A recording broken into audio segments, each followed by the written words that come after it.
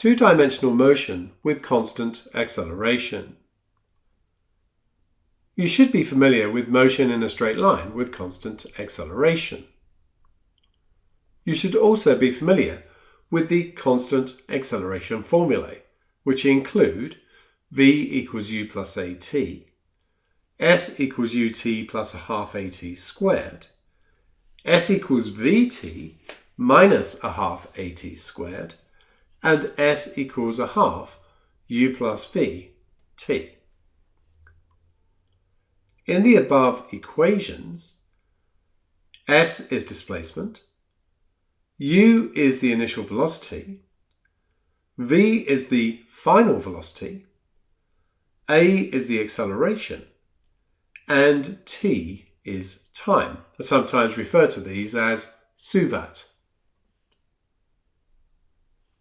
When we move in two dimensions, we need to consider that displacement, velocity, and acceleration are all vector quantities.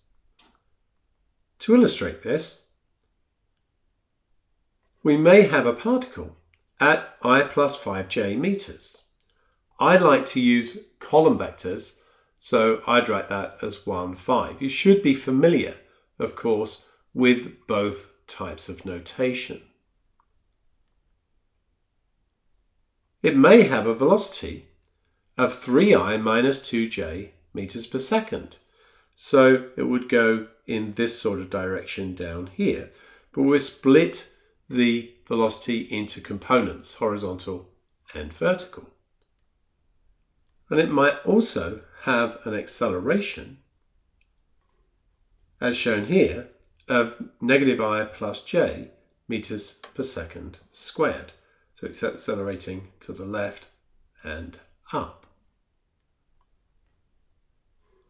When working in two dimensions, the equations of motion become v equals u plus at. Note that the vector quantities here are in bold. When you write them, of course, you underline. S equals ut plus a half at squared, s equals vt minus a half at squared, and s equals a half u plus vt. So it's exactly the same equations, but those quantities that can be vectors are now shown as vectors.